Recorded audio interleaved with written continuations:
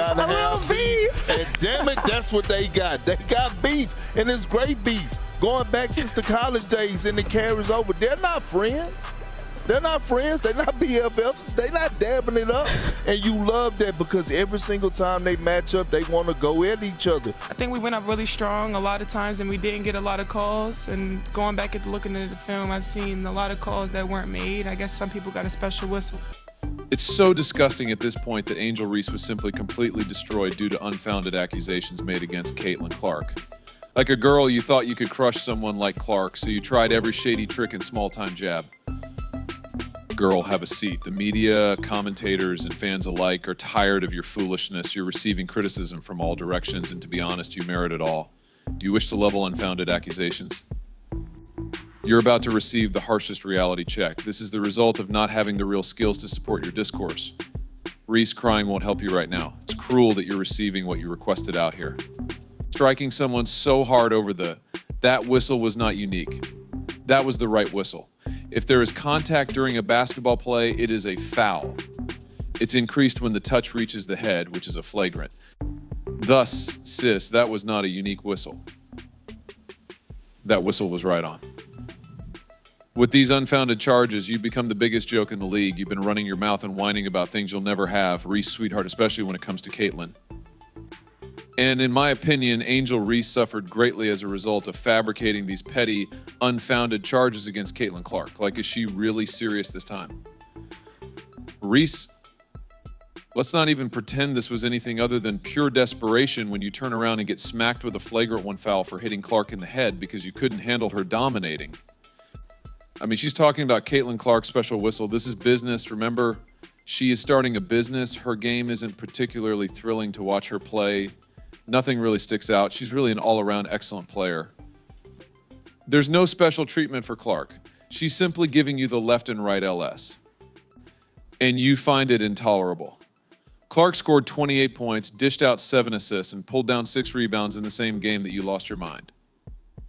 How about you? You're whining like the referees are the issue here. No, Angel, the issue is with you. Angel Reese also anticipates receiving a ring. Nor is this the first instance. Reese is out here with another excuse every time Caitlin Clark shows up and takes the court. If it's not the refs, it's something else. Girl, it's getting old. Clark is scoring 25 points per game, leading her team to a historic season and shattering records while you're busy throwing shade. It's a basketball play. I can't control the refs. They affected the game certainly a lot tonight. And the worst part, nobody's buying it. Everyone sees through your victim act. You're not some misunderstood underdog getting unfair treatment. You're just salty because Clark's game is on a completely different world. Look at the facts. While you're wailing about how Caitlin's untouchable, Clark is out there shattering records, pulling in viewership, and becoming the face of the WNBA. What have you done? You've transformed yourself into the league's sore loser. When she triumphs, you don't see Clark offering justifications or pulling people down. She lets the gameplay speak for itself. However, it's pitiful that you're doing everything but raising your game.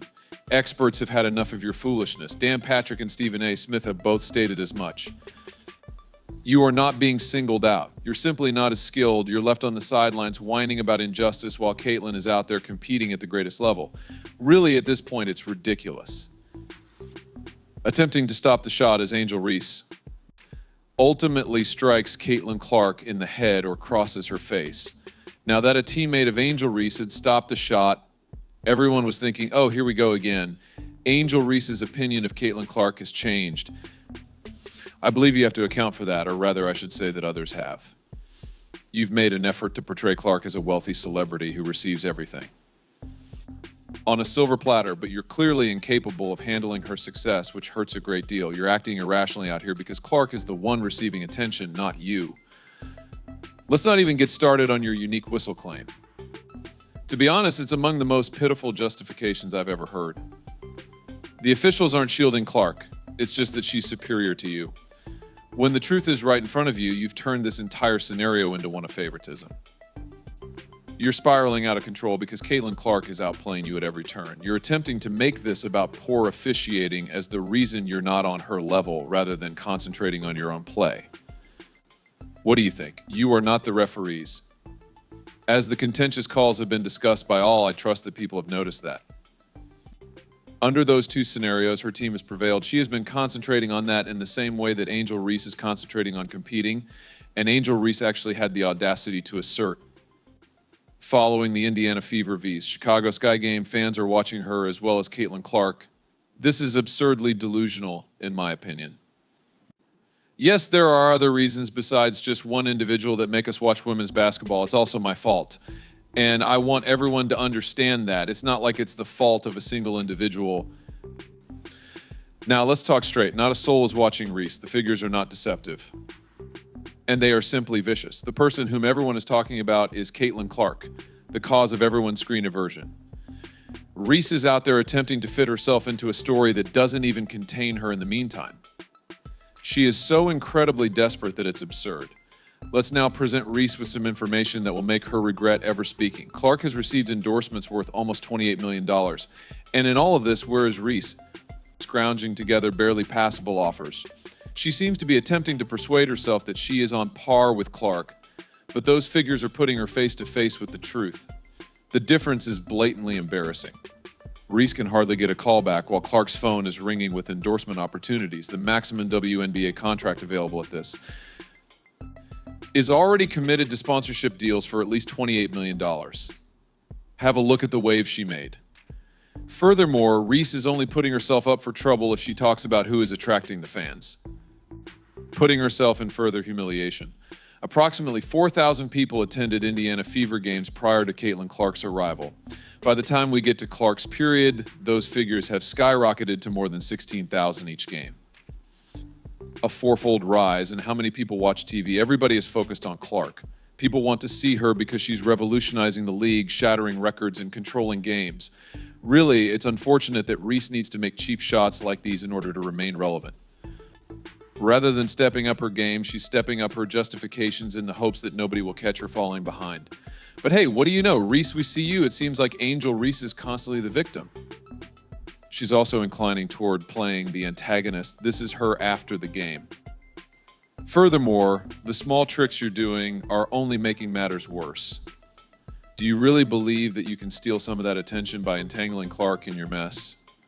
No, it's not functioning, and it's not just her admirers who are criticizing her.